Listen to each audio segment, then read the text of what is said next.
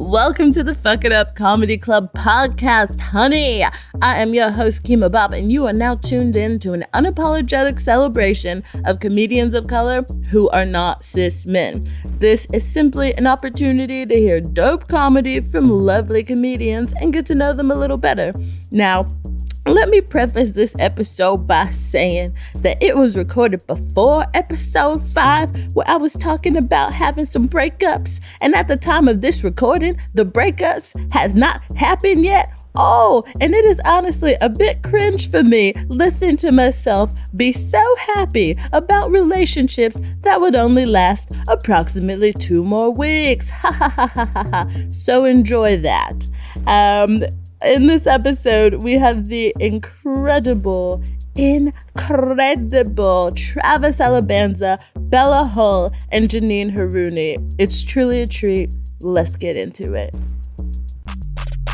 I think I had like a realization recently, which I've been doing a lot of therapy, gang. I've been doing twice a week therapy. Mm-hmm. I love it. And I found that no matter how much success I have or at goals that I achieve, I still feel empty and dead inside. You know that kind of a way?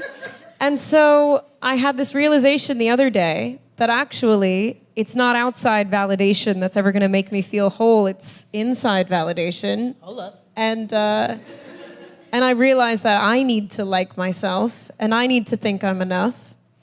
And realizing that was fucking incredible.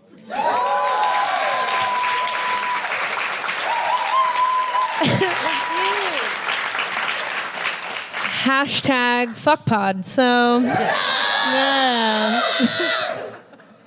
Oh, what about you guys? I'm going to go ahead and significantly change the tone. Brilliant. The other week, I sort of accidentally drank an entire bottle of wine at a pub near my house. Realized I was locked out, nobody home for like 4 hours, and I climbed over 2 different, like, properly high fences and got back into my own house without breaking my legs. Oh my God. And that was fucking incredible. Wow, drunk Olympian over here. So I had a cat called Daddy. Yes. And because it was usually when someone cat calls, they want you to call them daddy, but you've called the cat daddy. Yeah. Reclaiming. Brilliant. But also I was preempting the cat would one day go missing. And I loved the fact of putting missing poster Daddy. It healing on multiple levels. But anyway, I had this cat called Daddy. And it was a joint ownership with my friend, and we were like planning to live together for a really long time, and then like we were like, oh, I'm gonna move, but it was my cat, there was other cats involved, there was like multiple cats in the house. Look, I didn't realize how dirty this podcast would be, and basically everything I'm thinking about is now just thinking about sex. So when I was like, there were other cats involved, I was like, oh, what the fuck? But also, yum. But basically, when I got my new apartment, they were like, oh, there's no pets allowed. And I was really, really heartbroken. I was really, really sad. And then I was like, it's okay. I live 5 minutes from my friend's house. I'm going to go see Daddy every day. Then I'm going to see my cat Daddy every day. And I'll rebuild the relationship. But I didn't realize, bitch, that these cats don't do that. They just, like, forget you. And it's been heartbreaking for a year and a half. The other day, I went to my friend's house, and I fell asleep drunk on the couch. I wake up, and I'm like, what's this warm feeling? Wouldn't it be fucked up if I said, and then there was a big 6-foot daddy there in front of me. But my cat Daddy was lying on top of me, and it felt fucking incredible.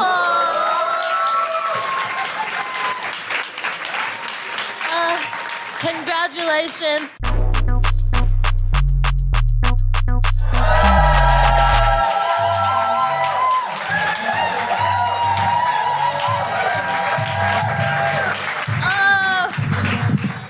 My God, so good to be here with you guys this evening.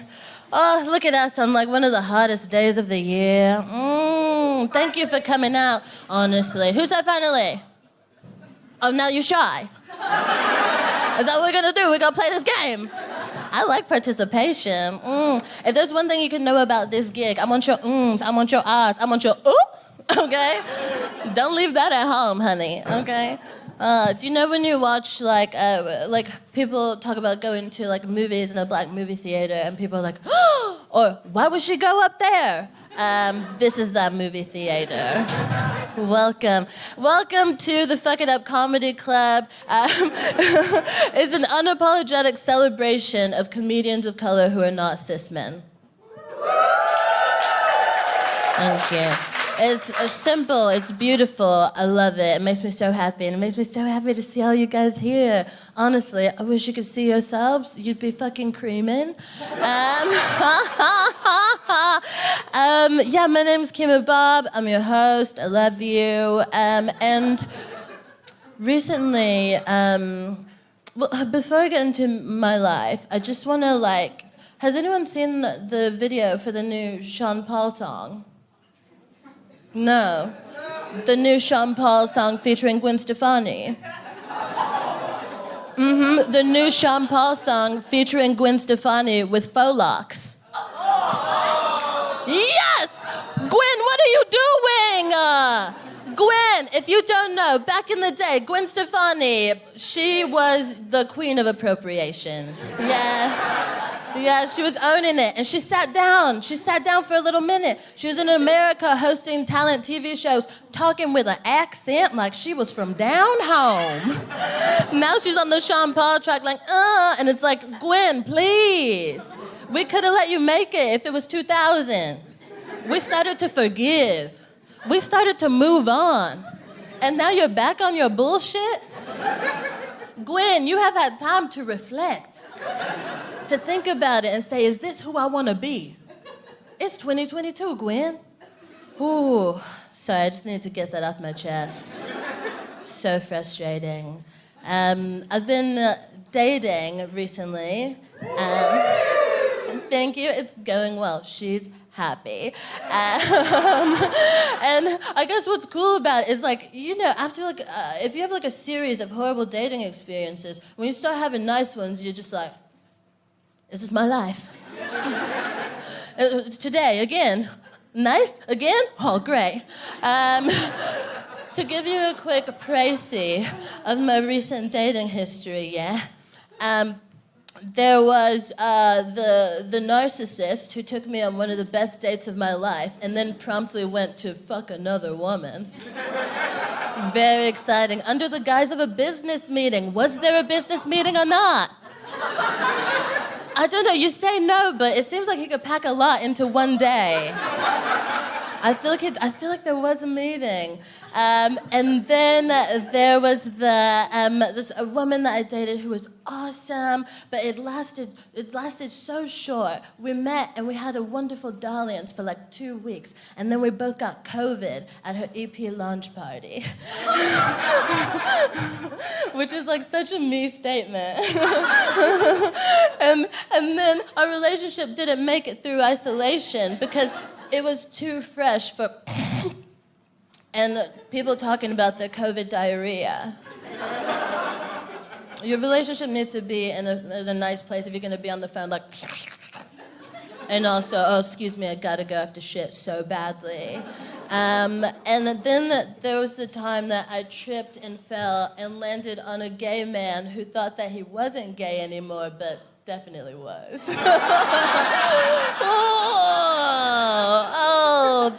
Oopsie. My bad.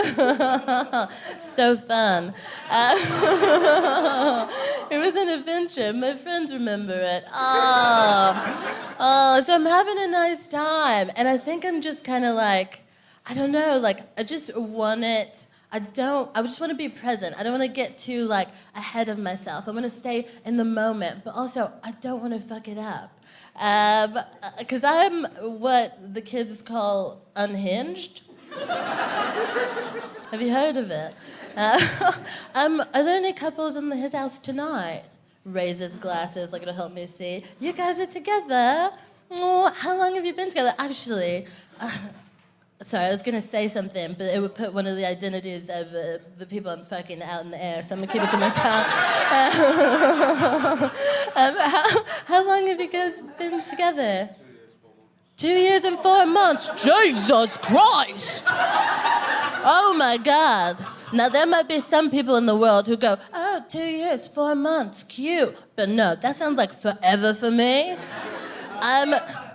Do you know? It feels like forever. That's so funny. Honestly, I can't imagine. Once I get to like month 6, I'm like, you did it. Time to get out. I'm like, leave. Where's the door? Can I ask you guys, like I don't know, like how what's something that you would advise that one not do if they wanted to make a relationship last? I'll give you a moment. Not fight in front of her. Oh, honey. Oh, I want to be in a relationship so weird that at one point we're just like fighting on each other. Like, do you know what I mean? I'm like, ow, there's lunch. Yeah. Like, that's the energy, yeah. And get to like a kinky place where we're like fighting in each other's face. Like, yeah, nasty shit, unhinged. That's wild. So you guys are living separately? Do you live together? Together, they're living together. Oh my gosh, how long have you been living together? Over a year. Ooh, can I ask you, what is the most, like, annoying thing? Have you got all night? She said, have I got all night? Have I got all night? That is so funny. Actually, we have.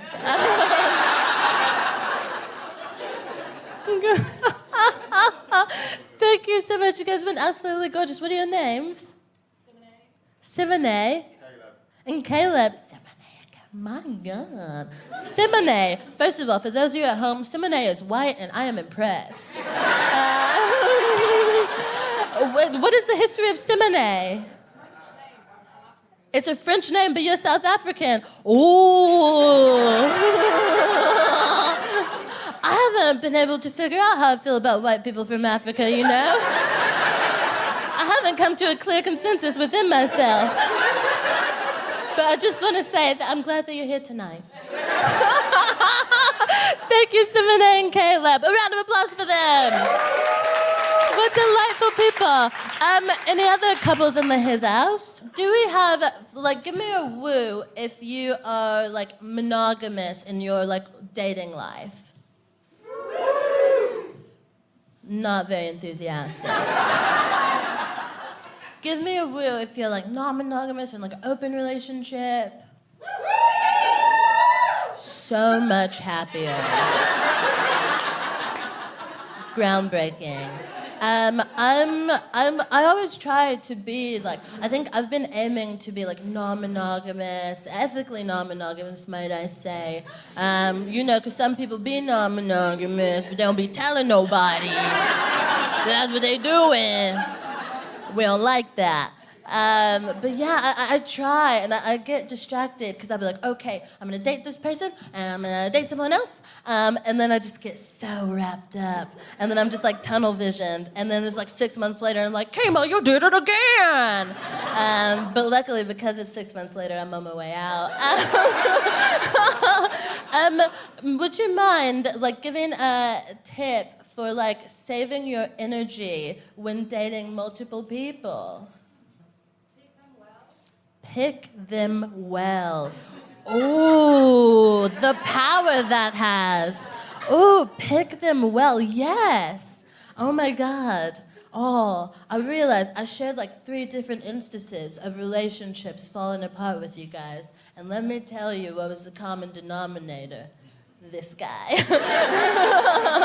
Was I picking them well? No. But I did have fun. Oh, life. There's fun in it. Oh, can I tell you guys something kind of personal? Do you mind?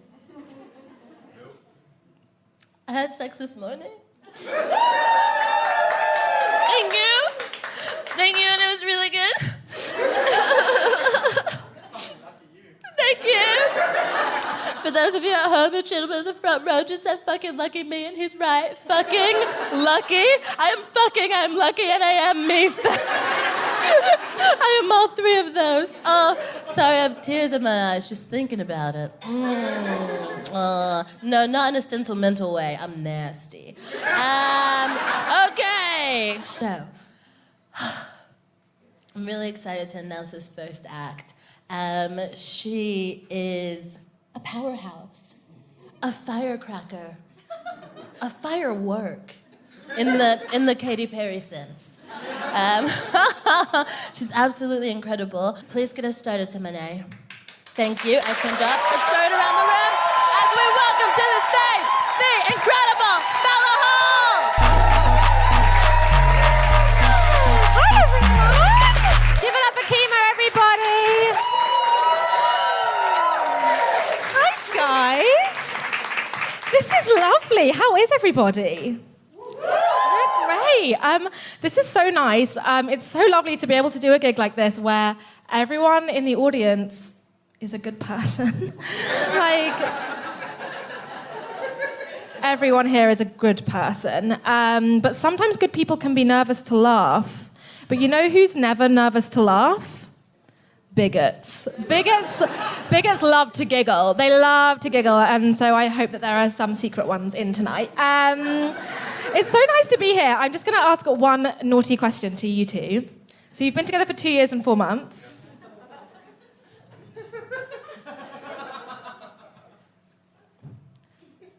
Who loves the other one more?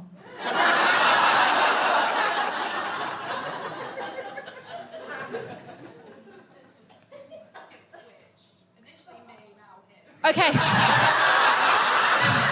That's a relief. I have to say it's a relief because but in a straight relationship, right? I think that if the man loves the woman more, that's good. If the woman loves the man more, that's abuse. That's abuse. And I don't like that. I don't like it at all. So well done, guys. It's really nice that I can be here and that I can do this for you. This is definitely the best job that I've ever had. Before I did this, I was a receptionist for a really long time. And my favourite memory as a receptionist is that one year my boss got me a mug, and the mug said on it, "Well-behaved women seldom make history." Which I kind of thought was like advice. But it turns out actually that badly behaved receptionists get sacked. Not fair. Don't put that on the mug. Like, apparently it's bad behaviour to microwave fish and then start a rumour that Denise has thrush. Do you know what I mean? Don't do that. If you're thinking of doing it, don't do it. It's really nice that I can be here. I've had like loads of jobs. This year I worked briefly at a preschool, and I find it like really hard to tell off like the naughty kids because I think they're cool as hell. I think they're so sick. I see them misbehaving and I'm like, yeah, fuck the man. And then, I'm sorry, it's terrible. My favourite kid, I know he was not supposed to have favourites, but I did have a favourite because his name was Timmy at this preschool, and he went through a phase where he wouldn't stop biting my supervisor, Deborah. And I want to make something completely clear about like my opinion on this behaviour. I've never respected someone more. I got it on a level that I don't even want to admit to you. Do you know what I mean? Like, I so understood why he was doing it. I'd like walk into Centre and see him grabbing her elbow and just biting the absolute shit out of it. And I just think, yeah, fair enough. Do you know what I mean? Like, I get it. Like, she's just come back from holiday. She does look like a pepperami, you know? Like, it's confusing if you're 5. It's confusing. Like, she was supposed to go to Hamburg, not look like one. Do you know what I mean? I get it. It's definitely the best job I've had, but all the jobs that I've had have made me like quite a political person. And this is where at this gig the bigots need to come out because I've got some views. I think if I was an activist, my main like gripe would be, and bear with me, you know how like women, where's this going?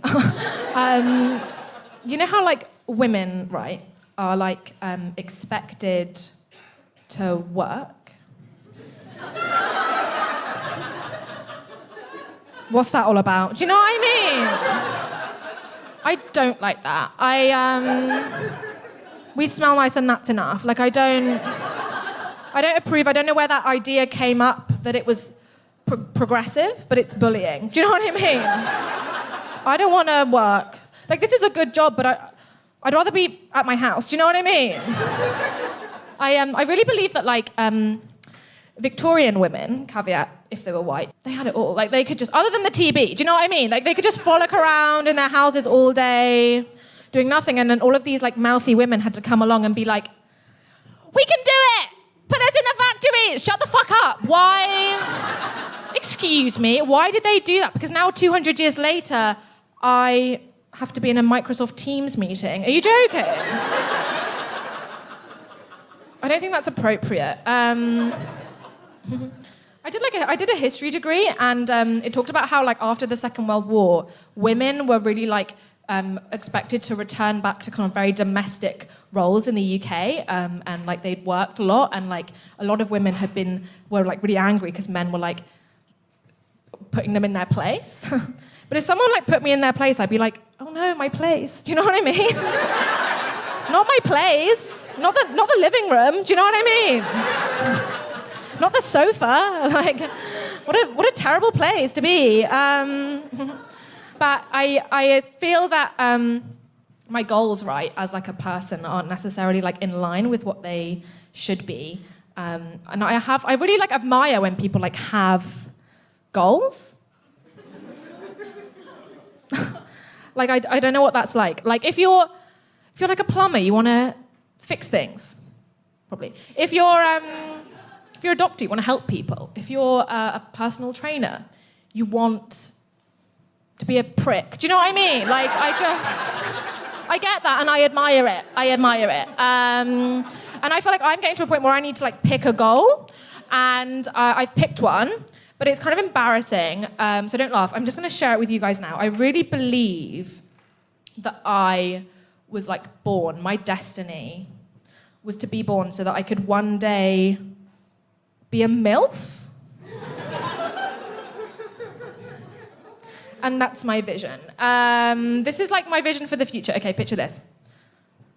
Double-fronted house, of course. I lied before about having one. Okay, you walk in, double-fronted fridge. The two doors, do you know the two doors? That's what I want. You look behind you, like two detached children. Do you know what I mean? Like, amazing.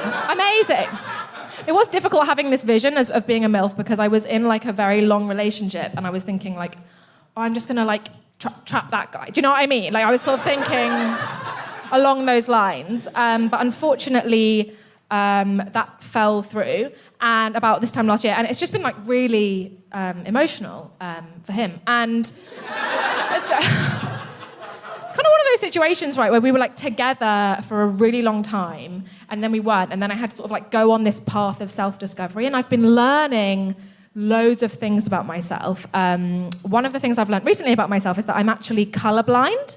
Thank you, one person. I'm colorblind. I can't see red flags.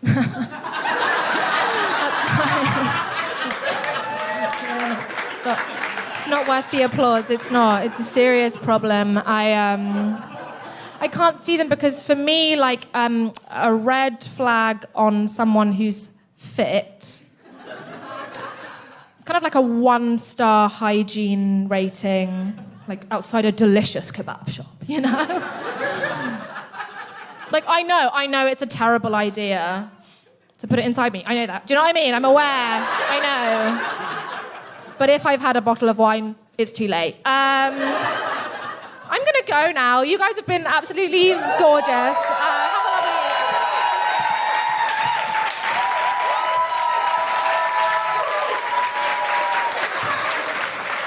Another round of applause for Bella Hall. A vibe. Yes. An icon for problematic women everywhere. I love you, Bella. Okay, I'm really excited to bring on the next performer. They're dynamic, they're so talented in so many ways, it's fucking sickening. And gorgeous on top of that, but good for the listeners at home, they'll be spared from the beauty.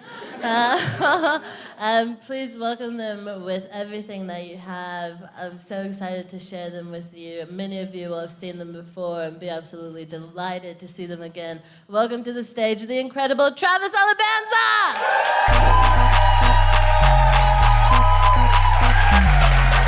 Thank you. Hi. I feel like when you say gorgeous in an intro, you can only just be let down. So, but this is me after a spit roast and a 5 a.m. party. We're gonna edit that out. My boyfriend might be listening. Anyway, we're open, we're ethically non-monogamous. I only eat vegans people's ass.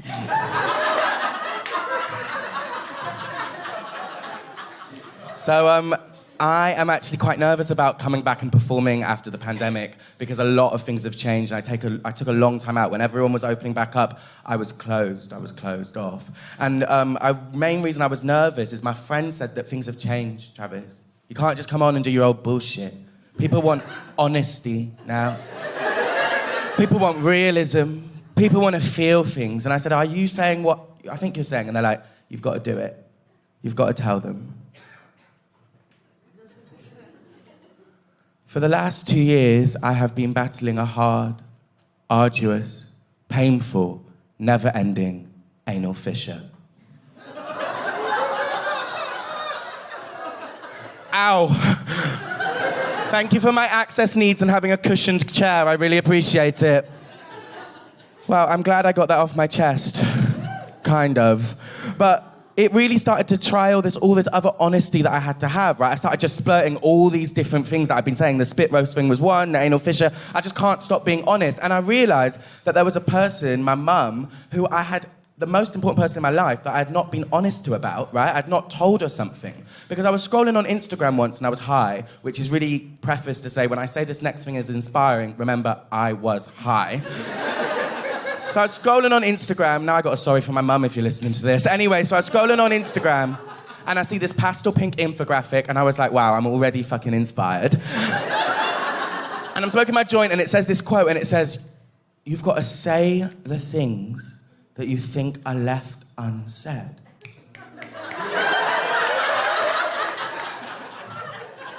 And so I put my joint out on my cat and I go to my mum's house. And I go to my mum's house and I realise that I've not told her this thing. I've not told her this thing that I thought was very obvious about me, but I've never just told her, right? I've never just told the bitch to her face. Shit, sorry, mum, again.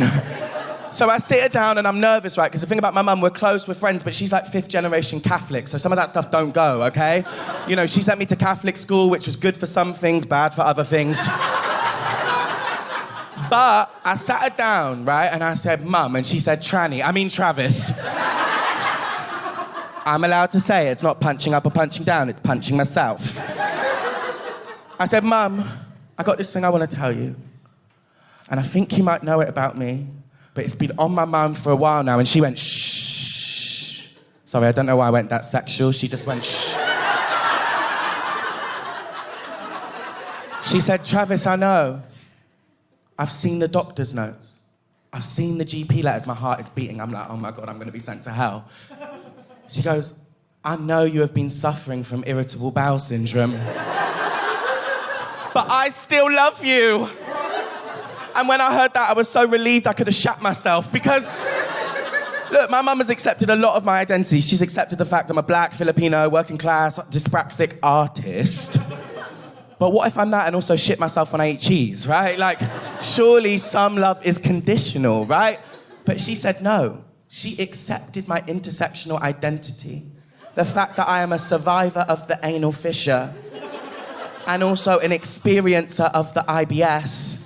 And she said, I still love you no matter what. And you know what? That inspired me so much that I have got so much more confidence. That's what mother's loves can do when you come out about dangerous things. They give you confidence, so much confidence that I came to take a shit in front of you to... No, I'm joking.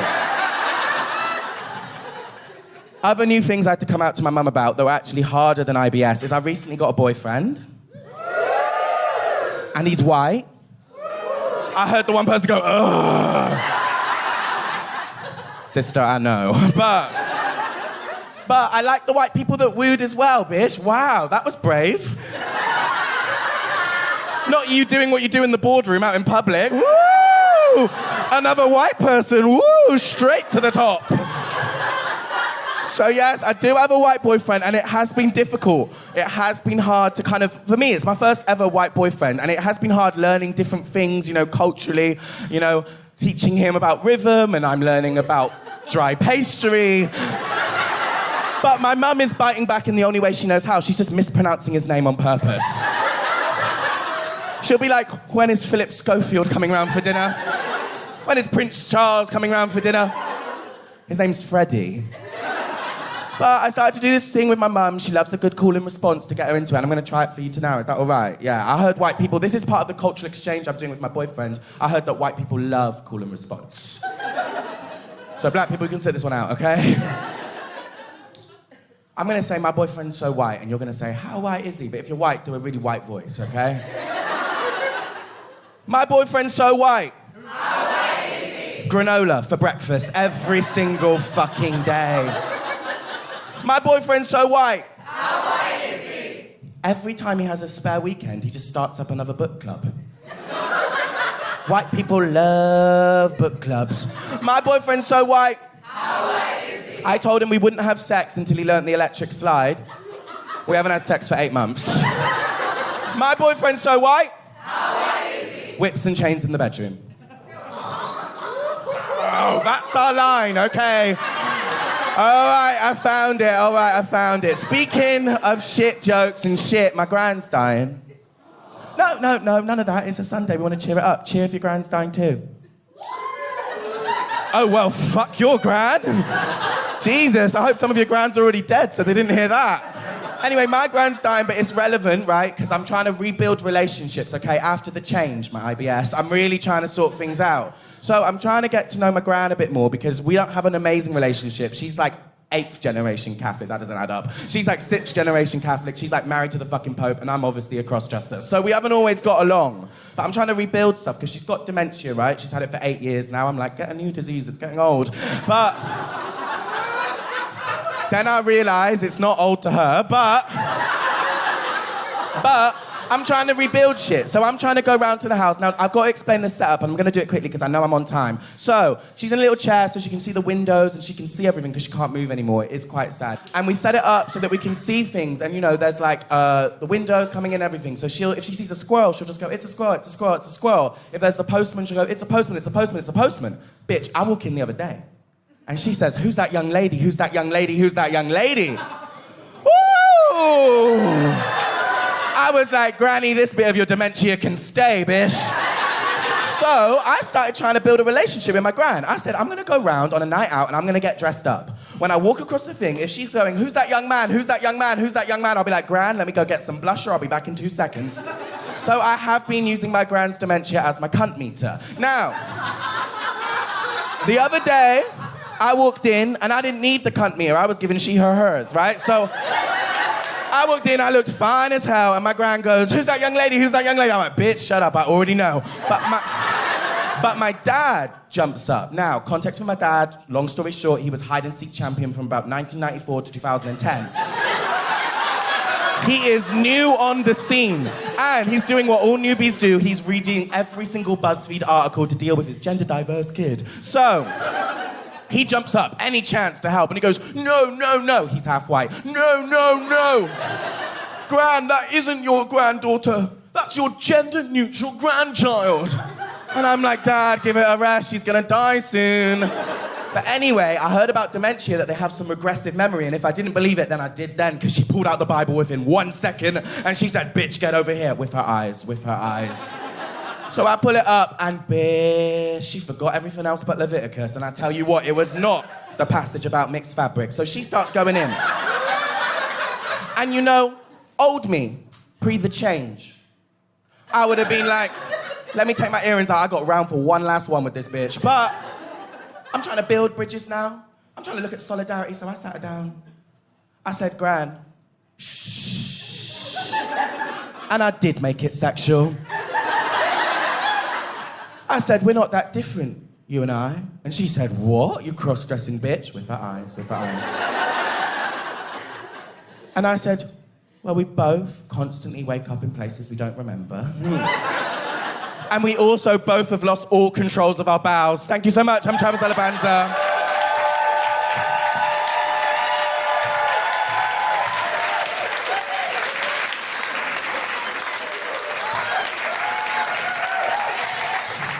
Another round of applause for Travis Alabanza! Vibes on vibes. Gang. I have an announcement. I feel emotional to share it with you. We have one more comedian in this half. Thank you. But, good news. She is fucking phenomenal. Yeah, so here's the deal, okay? Hi. What are you called, enthusiastic white man? Man. For those of you at home, he said gay man and man. What is your name? Who? Valdu. South African as well. I put it out. I said, this night prioritizes the experience of people of color on and off stage. And you were like, is that me?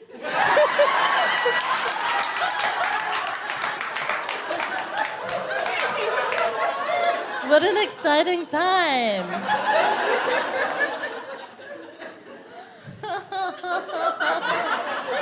What fun. Okay, gang, Voldu. Love it. So is it like a V-O-L-D-U? W-A-L. So it's Waldo, but it sounds like Waldo. Waldo. Oh my God. Yes, you Afrikaan. Okay.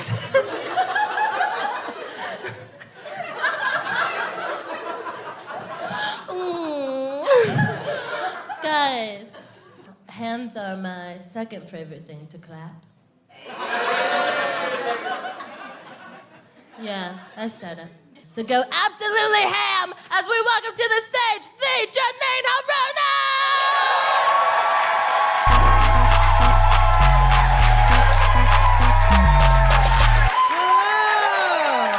Hello, everybody. Oh, man. Hey, it's so nice to be here. What a great night. I'm Janine Harouni. Harouni is a weird last name. It's an Arabic last name. I'm actually half Arab and half Irish, which is great as a comedian, because if I start bombing, I'm like, it's in my genes, you know?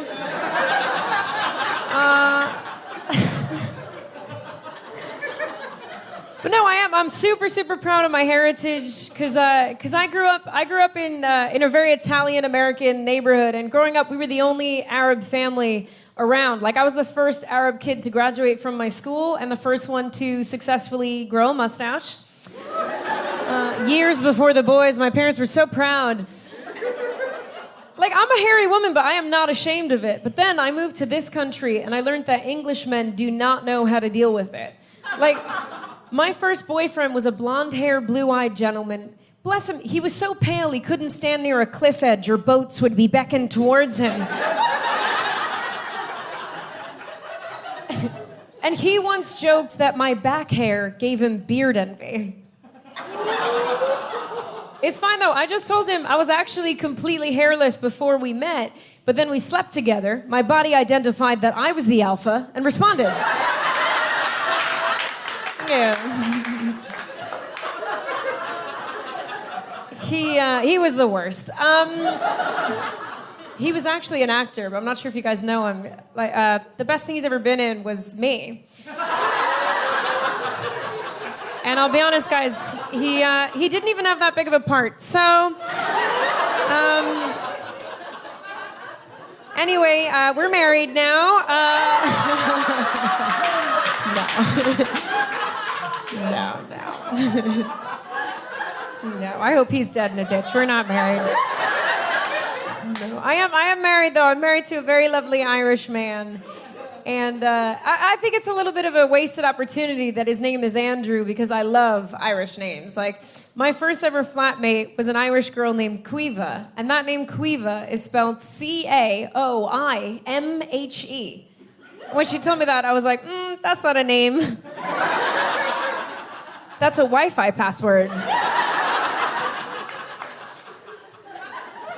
But my husband's great. I still feel weird calling him my husband because, like, it feels so grown up, you know? But, like, he loves using the word wife. Like, the night before we got married, he was like, it sounds so sophisticated, you know? Like, this is my wife. Can I introduce you to my wife? You try it, Janine. So I was like, hurry up. My husband will be home any minute. Sophisticated.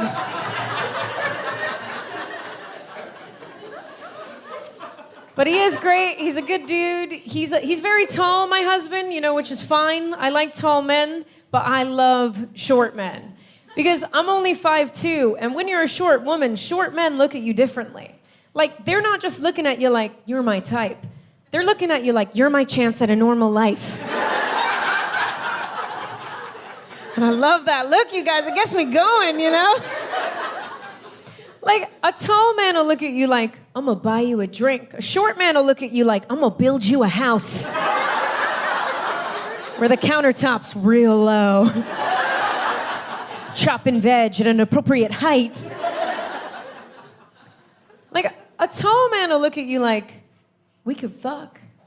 A short man will look at you like, we could fit comfortably on Ryanair. Oh my God, I love a deal, you guys.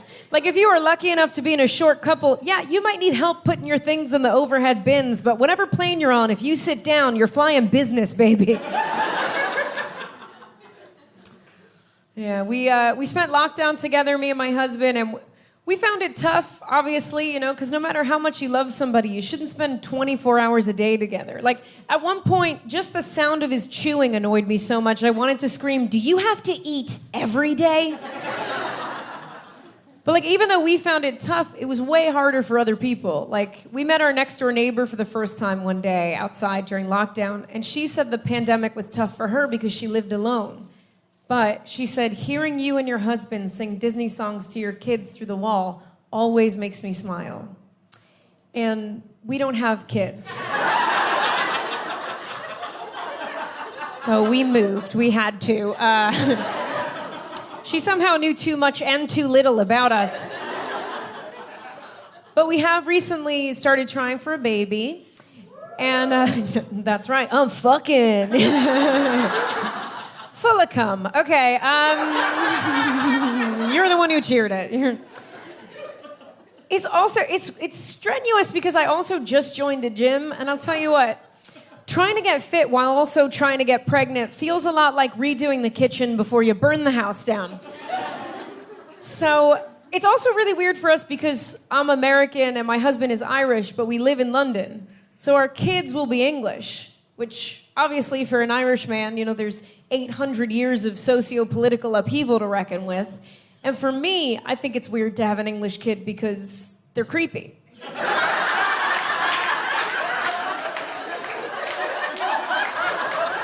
English people make some creepy babies. Like, I don't know if you guys have seen every horror film ever. There's always a creepy little English kid like, come and play with me, mommy. Forever. I don't know if I want that kid in my house, let alone my uterus, you know? Like, I don't want to wake up in the middle of the night, my kid's at the foot of the bed like, Mommy, where are my legs? And if I have twins, I'll tell you what they're not getting for Christmas, tricycles. No. Mm-mm. Yeah. My parents are excited that I'm married now and I'm trying for a baby.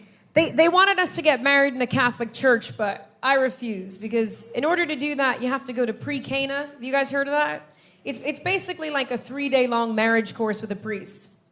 I don't know about you guys, but I'm not sure I need relationship advice from a virgin, you know? So we didn't do that. We got married just in a local registry office because it was the middle of lockdown. It was just me and Andrew. We couldn't have any guests. My parents couldn't be there. My best friends couldn't be there. And in spite of everything, in spite of all that, I loved my wedding. Because in spite of it all, my wedding was so cheap. Oh my God, because big weddings are not a good deal. Like, if you told me that one night I would buy 150 people dinner, but I'd only get to sleep with one of those people forever. No deal. But I like that we got married that way because it was unconventional, you know? Because it was fitting because we also got engaged in a very unconventional way. Like, because we had been dating for 7 years, I knew that he was going to propose to me. Because the signs were all there. They were just like the classic signs. He was really loved up, and he started talking loads about the future. And also, I had set him a deadline. So I knew he was going to propose to me, but because I knew he was going to do it, I became paranoid. I started thinking it was happening all the time, and in very unlikely circumstances. Like, Andrew would be in the other room building a bookshelf, and he'd be like, "Can't find the screwdriver, Janine, can you come in here?" And I would be like, "Oh my God, he's proposing." And after a while, he was so annoyed. He was like, "Now I have to do something to throw you off the scent," which is why I thought it was very strange when he called me up one night out of the blue and said, "I'm okay, but I've been mugged. I need you to come to the tube station." And I thought, he's been mugged? He's proposing! So instead of racing down to help him, I did a full face of makeup. When I got down there, I saw Andrew sitting on the curb, shirt torn, tears in his eyes, talking to a police officer, and all I could think was, whoa, he's committing. So sweet. Anyway, it took me a while to realize he'd clearly been mugged, and we got back to our flat, and he was so stressed out, he said, "I can't find my new headphones. I don't know if they stole them or if I just left them here." And I said, "All right, just sit down, play a video game. I'll go look for your headphones." And the first place I looked was his bedside drawer, where I immediately found the engagement ring. And I knew that it hadn't been there earlier that day, because earlier that day, I'd been looking for the engagement ring.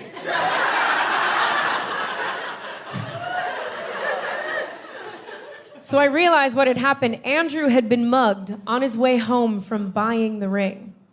I know, so not only was he going to propose, but he'd fought a mugger to do it. So I did the only thing a woman in my position could do. I tried on the ring. I FaceTimed my mom. That's a true story. I sat in my room, and one by one, I called all my friends and family until everyone I loved knew I was getting married, except the man I was getting married to. And then Andrew called out from the other room. He was like, "Janine, I'm starting the video game. Come in if you want to play." So I walked out, and I couldn't hide it. I was just smiling from ear to ear. And he took one look at me, and he said, "I know. The graphics are unbelievable." And I said, "No, Andrew, I couldn't find your headphones. I looked everywhere." And he was like, "Everywhere?" And I was like, "Yeah." After the fight, we were engaged.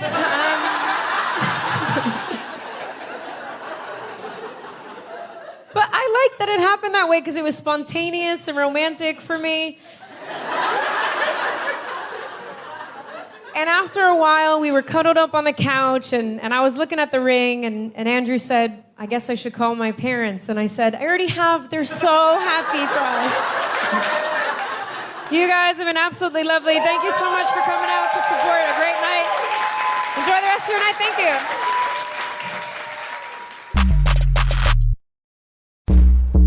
Hey, it's me, Kima B, letting you know that if you like listening to us fuck it up in your house, if you like listening to us fuck it up in your car or on your train, you will absolutely love being in the room where it happens. We usually record our episodes in London in front of a live audience, and let me tell you, it's one of the most beautiful audiences I've ever seen, and I would love for you to join us. For more info, check out Fuck It Up Comedy on Insta or Twitter, or go to fuckitupcomedy.com.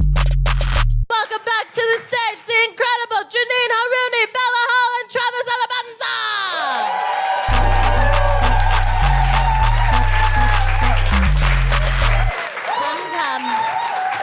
Come. I'm gonna do my best Oprah for you. And Ashley, could you scoot? I want to make sure everyone is in the light. Sometimes the lights don't want to capture us all. And I said to the venue, but some of us are black.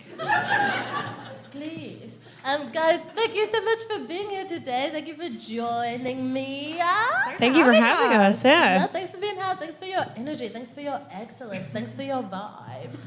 I want to kick off with a little question, okay? It's an important question. It's very serious. What are you horny for right now? I do a thing every few months where I'll go into sort of a fugue state, and then when I come out of it, I've spent £100. Yes. And recently, it's been on nail extensions. Yes. And I can't stop doing this. And I think I have to get them every day now. And also, I can't type with them, but I kind of like it. Yeah. Because you're not trying to type do anyway. This, email. Yeah. Do you know what I mean? Yeah. How am I supposed to respond when I have such gorgeous hands? Exactly. Yeah. Is it £100 every time? How much It wasn't are nails? £100. I spent another £50 on, I want to say some meat substitute. Do you know what I mean? From Waitrose. Are you a fan? I just love, I love spending money.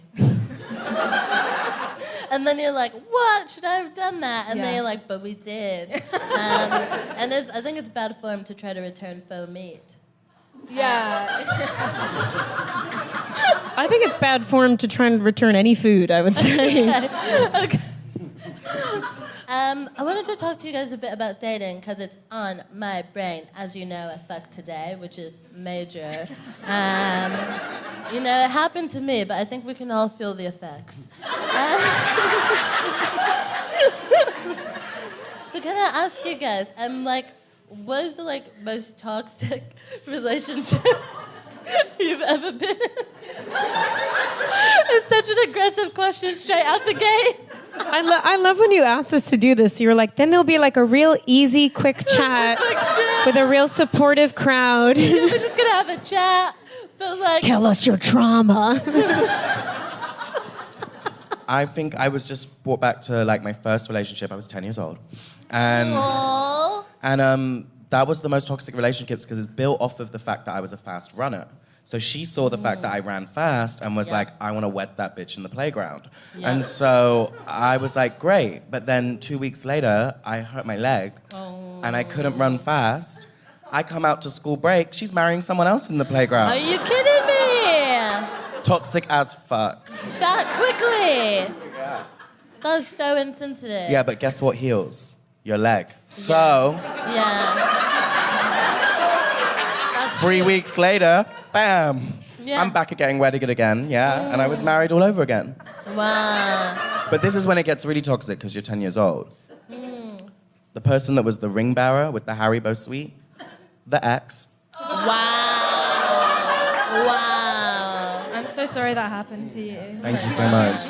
Okay, so my most toxic relationship, I knew this guy and I knew that he liked me and he was sort of asking me out, I want to say bi-monthly for a while. And I had to wait until, when you sort of say no when you're feeling good and then you hit a low self-esteem patch and you're like, oh, fuck it, whatever, sure. So then we were sort of seeing each other and on our first date, we went, it was his idea to go paintballing.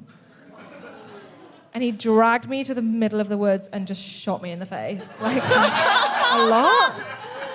Is this what I've been waiting for? Yeah. Jesus Christ. And that was before we even left the car park. Do you know what I mean? It was a bad one. You're out of control. Gang, now, to contrast that, because I'm fair, what's the sweetest thing that someone's done for you?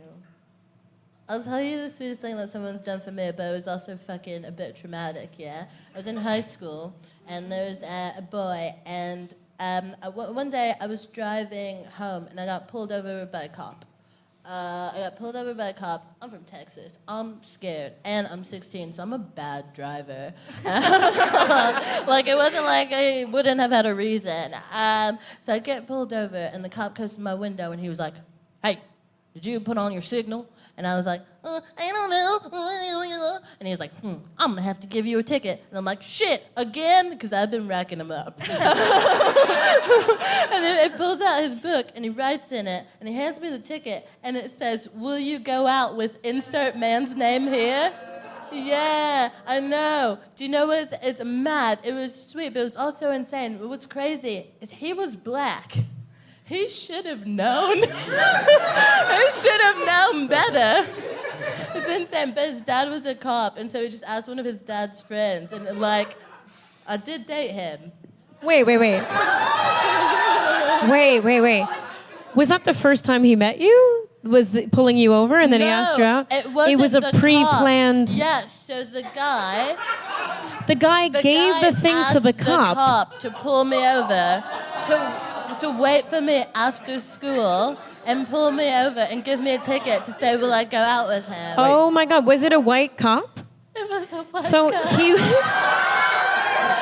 wanted It was a nice gesture. He wanted you to fear death in order to be like, anything's better than this. Yeah, I'll go out with you. I feel like his relationships to police officers were skewed because his dad was a police officer. And I think he was like, ha ha ha, but also, yeah. So that cop tailed you? That cop had to follow you? Is this the most toxic relationship I've ever been in? I also think that cop should be fired. Like you can't just do that, Sergeant Dan. Wow. Weren't there crimes out there? Like what? He didn't have shit to do. I don't want to kink shame you, but I really want to kink shame you. I thought it was cute. I still have the ticket somewhere. You know? Wait, he still gave you a ticket? No, the ticket was it was a fake. It was a fake violation, but it was a real ticket. Am I traumatized? I'm traumatized from hearing that. What is this the sweetest thing that's ever... What is the sweetest thing? Someone help. I knew I was going to marry my husband when there was a fire in our house. And when the fireman came, he put out the fire and then gave me a note that said, will you go out with Andrew Nolan? No. Fuck you.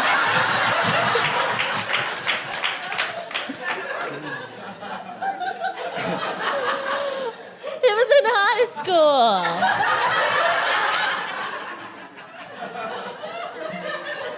The sweetest thing my boyfriend has done for me recently is I only had one day to do like so much admin work, and he said, I'll come round and eat your ass whilst you do emails. Aww. Romance isn't dead.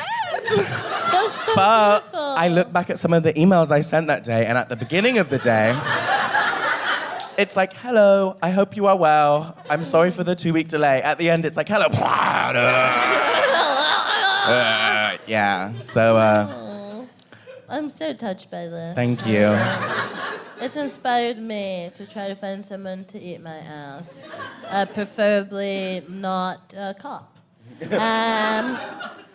Gang, do you find it like difficult to maintain healthy relationships as a performer? Yes. Says Bella, whose boyfriend is here. Yeah. That's the sweetest thing he does, is he's seen the same 10 minutes, which is about another boyfriend, 1,000,000 times, and he's like, that was great. Aww. How do you like navigate it with like having shit to do? Because Travis, you're off to everywhere. Where are you going tomorrow? Athens. And then the next day? Paris. When do you find time to eat and be eaten? Well, I love Parisian men, and I also love Greek men, so I'll find time in this time.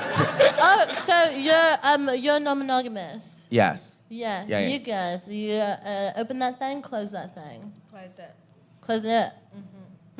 Like, never say never. You know what I mean? Like,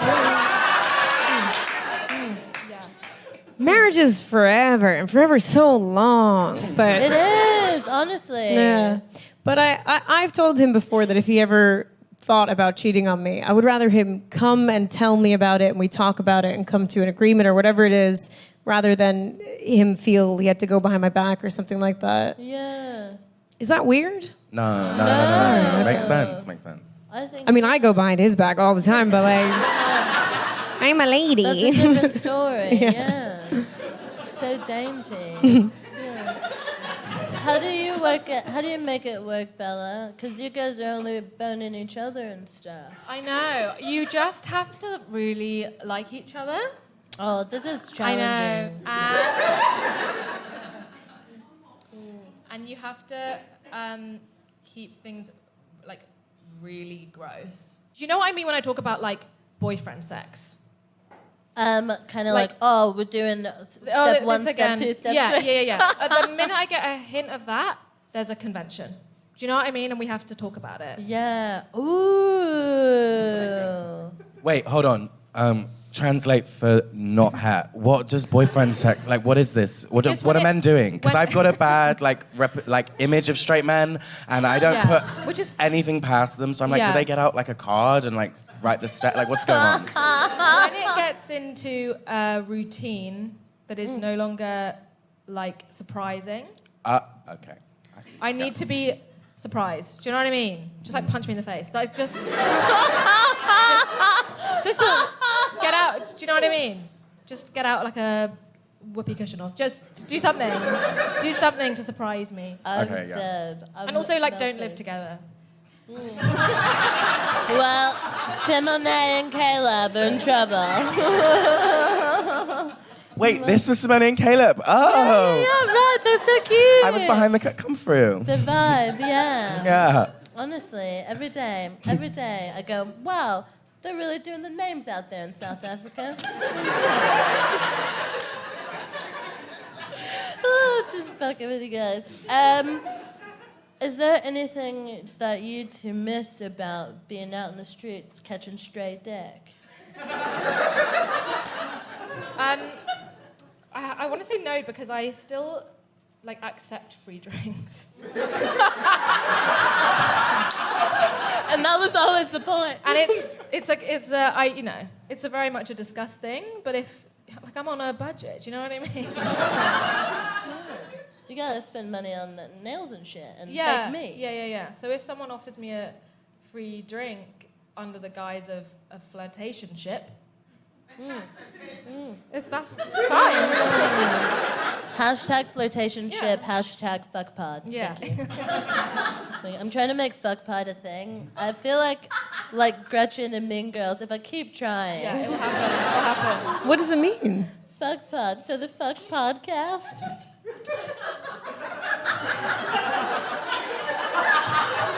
Please continue to make fuckpod happen. I'm gonna try. I'm gonna give it all I got. Hashtag fuckpod. Hashtag fuck everyone. Well, gang, this has been wholesome. I genuinely thought these were going to be questions about comedy.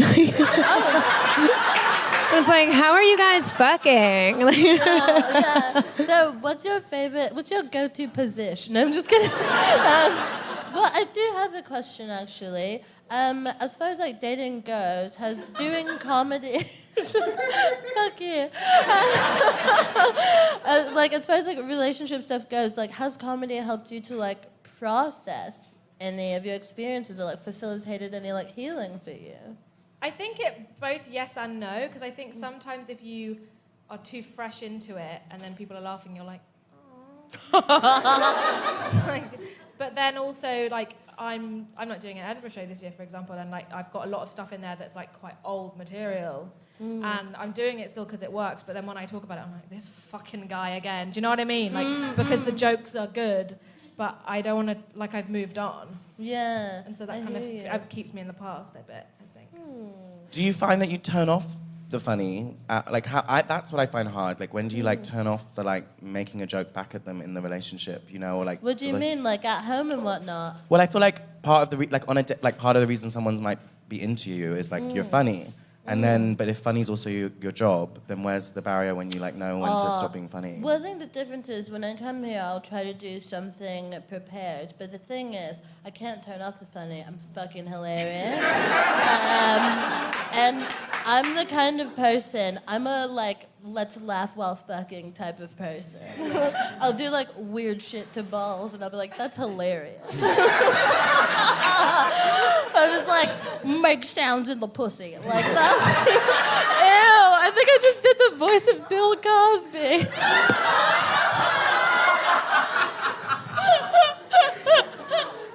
But yeah, I'm a laugh all around type of person.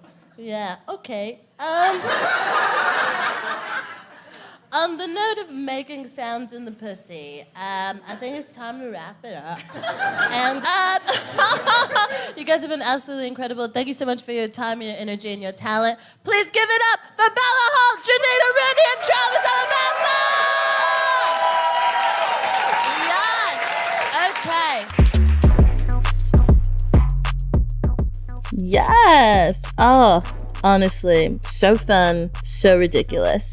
Now, the incredible comics you've heard all have projects you can enjoy and support, so please follow them online. And if you've liked listening to the podcast, tell a friend. And if you are in London or in New York, you should come to one of our live shows. Yes, we are also in New York, honey. Fuck It Up New York will be on August 25th at the Soho Playhouse. And we have some Fuck It Up shows in London coming up in September. And if you're listening far in the future, I'm sure there are some Fuck It Up shows happening somewhere at some point, hopefully near you. The podcast is brought to you by the Femmes of Color Comedy Club, the House of the Guilty Feminists, and is a part of the ACAST Creator Network. I've been